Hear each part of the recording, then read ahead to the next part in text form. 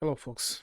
Good morning, good evening, good afternoon. When or wherever you may be. I always try to greet people in more than in one way, because it might be the morning for them, it might be the afternoon or the evening. So, just explain why I do this, okay, folks? This is yet another video uh, about European-centered news. In this case, uh, I've been starting to make this format of videos. These are small videos, just focus on one single news piece or subject, but usually it's a news piece, and I take advantage sort of these videos to talk about some things that I really have no time to talk about during my long Saturday streams, okay, or in a bigger video. Because sometimes these are news that are just focused more on a European perspective. Sometimes this will happen in a British perspective, okay?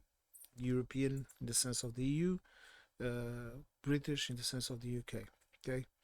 Because okay, it's no secret that we had Brexit, so now there are differences when something happens in the EU and something happens in the UK. UK is, however, of course, a European nation, and the people that live there, Europeans.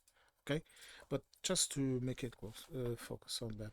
But what I'm trying to say is that this format I'm going to continue to make it because these are videos that I can make in fair, in fair time. Okay, 15 minutes, maximum 30 minutes.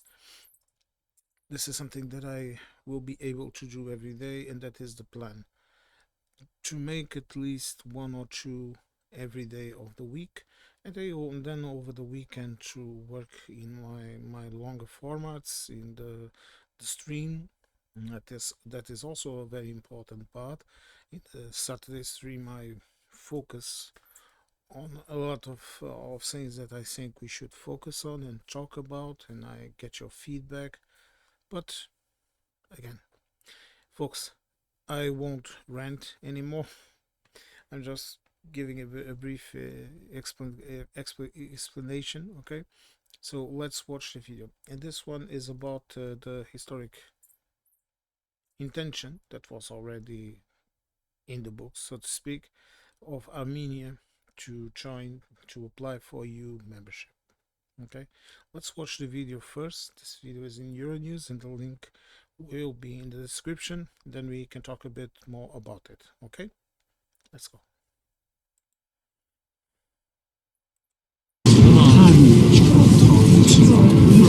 Armenian Prime Minister Nikol Pashinyan said that Armenia would begin preparing to apply for EU membership. It represents a historic geopolitical shift for a country formerly in Russia's orbit and for the South Caucasus as a whole. In a speech to Parliament, Pashinyan said Armenia would organize a referendum after formally applying to join the EU in the near future. Armenia is currently a member of the Russia-led Collective Security Treaty Organization. Yerevan was given an ultimatum a few months ago from alliance members to choose between continuing its membership or taking its own path towards the EU. Russian President Vladimir Putin also made it clear Armenia's EU accession would be incompatible with Yerevan's Eurasian Economic Union membership. В таможенном союзе с Евросоюзом и с Евразес невозможно. Это просто невозможно по определению. In a response to Pashinyan's announcement, Kremlin spokesperson Dmitry Peskov said that Armenia's departure from the CSTO may trigger what he called deep trade contradictions that will primarily harm Armenia. Well then, first let's say what needs to be said, and this is it. Russia no longer has the capability of protecting Armenia, just like we saw in Nagorno-Karabakh. Nagorno-Karabakh, if you don't know this, was an enclave of Armenian citizens that existed inside of Azerbaijan. And Azerbaijan had a war because Armenia wanted to control politically the enclave, and Azerbaijan did not want that. And this has been happening to Armenia not just now, but in the past.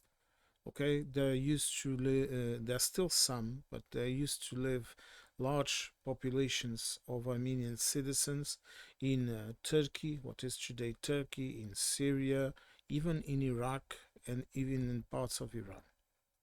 Okay, because Armenia was once it was once a large country. Okay, and it also had a lot of population scattered across the Ottoman Empire and other empires. Okay, this has always been this way. But what has been happening is that the Armenians, this, and I think this started probably with the genocide of the Armenians by the Turks. Yes, here genocide happened. I'm very sorry, but it happened. It's historic. There is even a famous character here in Portugal, Calouste Gulbenkian. He was an Armenian that came here and he built with his large fortune that I think he made it in France, and then he came here to Portugal and he built libraries. A very interesting character. I might need to make a video about him because this is an important person that a lot of people should get to know. But his name is, if you want to Google it, it's Calouste Gulbenkian with a K. Okay, but again, and this started with the genocide of the Armenians, where thousands, perhaps millions of Armenians were forced to death marches and raped and assimilated and annihilated. We have to say things as they are by Turkish nationalists. Okay, but Armenia now is a small country. Okay, a small country in the Caucasus, but it has a lot of strategic importance, and for it to be a part of the EU, this will further decrease the influence of Russia, and it will tell countries like Georgia next door that maybe it's time you leave the Putin club and join us, because this will bring a lot of benefits to Armenia. Number one, it will put it under, so to speak, not under, in is the correct word. It will put it in an alliance of several countries that will defend it. Armenia will be defended by Europe, by the EU. This is the first thing that we have to say. Secondly, it will diminish the influence of Russia over Armenia. As for cultural influences, okay, we have to be honest, and Putin is not going to last forever. And there always will be cultural ties between Armenia and Russia. There are a lot of Russian immigrants that escaped Putin's little world into Armenia and into Georgia. Okay, so people also speak Russian because of the USSR and all of that. You understand this, and Armenia has always had a lot of important characters inside of the USSR itself apparatus. Okay, a lot of mathematicians, a lot of scientists, a lot of artists. So this is a country that has a lot to give to the EU. You know, when I say this of countries joining the EU, I'm not just thinking about what we can give them. I'm thinking about what they can give us. And all of these countries that want to enter in the EU, they will give us a lot. And we have to embrace it. We have to embrace it because if we straighten our political, our cultural, our economic ties, we will be stronger. Okay, because Armenia will not just be that isolated state in the Caucasus. It's not isolated, but you understand what I'm trying to tell you. Okay, And in the future, and I know I'm going to get a lot of heat because of this, but I will say it anyway because it's inevitable.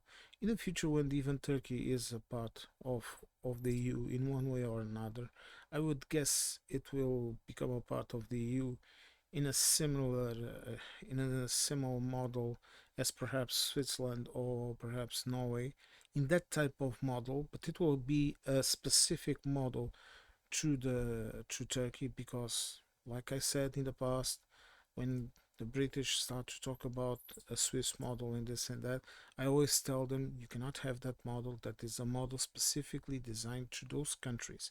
You can have one perhaps trade model with the EU, but you cannot have that one. And I would say the same thing, but I'm just trying to explain to you what type of model.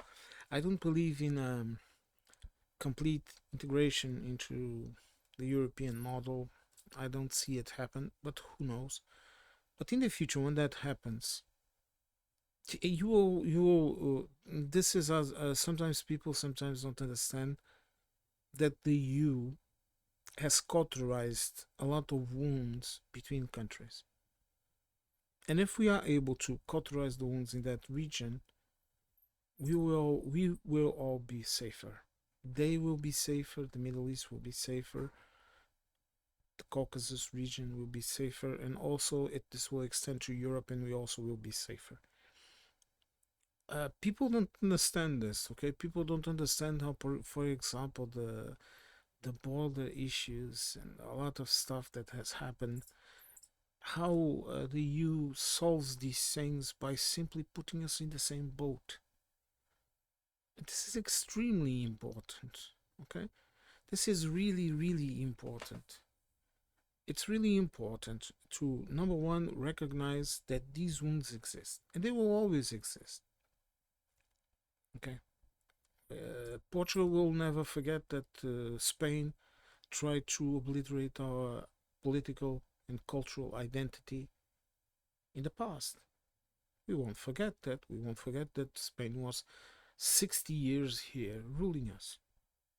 Not Spain, their king, because he was a bastard for them too, but you understand what I'm trying to tell you. France won't forget Germany invading it twice. No one will forget 2 world wars. No one will forget any of it. The question here is not to forget. The question here is to accept it, to recognize that it happened, and move on. And try not to hold that against people. Do I make myself understood? What I'm trying to tell you is that you should not forget things. You should not forget past offenses. You should not forget past events because it's important to not let them happen again. But you should, however, if you have an opportunity, like for example, the opportunity of the EU, which is the basic principle of the EU, to never have a war of Europeans against the Europeans. Another thing that a lot of politicians in the United Kingdom did not understood, I don't know why, since they were in the inception of it all, and that the Americans never understood at all. They just looked at the Americans just looked at the EU as a convenient way of keeping keeping Western Europe in their control. Sorry, I say it as I say it. Okay, folks, I will end it here. This, like I said, this is meant to be a small, short video. I will edit and publish it. I don't know if I'm going to record anything more today, but perhaps not. Maybe tomorrow. I'm on vacation, trying to rest a bit. Okay, no, and I already have a lot of work to do here around the house, like all holidays. Folks, thank you very much for coming back to my videos. Thank you for commenting. I really appreciate it. I think we should say thank you to people, and not just thank you as a blind statement, like those creepy smiles and all of that crap that I detest, but just to recognize that we are thankful to people. That's very important. Thank you all new subscribers. Okay, thank you all new views. Thank you for the comments that I appreciate and that I encourage. Please comment on the videos. Please give me your opinion. Okay, I don't censor people. I don't. If you come to my comment sections with offenses, with misinformation and fake news and all of that crap, okay, please don't give yourself the bother. But if you, for example, if you tell me this, I think Armenia would be safer if it was not in the EU. If you say this in the comment section, I will accept it. Because that is your opinion. I have given you mine. And you are just giving me yours. There's nothing wrong with that. There's nothing wrong with not agreeing with someone. I learned this with my dad. We would talk about everything. And he always told me that. He always told me, look, my son, you don't need to agree with everyone. Just need to listen. And if you don't agree, well, be honest and say, sorry, I don't agree. Or say nothing. And move on. Okay? But always be honest. That's a good advice for anyone of any age. Now, folks, thank you very much for coming again to my videos, and I hope to catch you all in the next one. Please stay safe.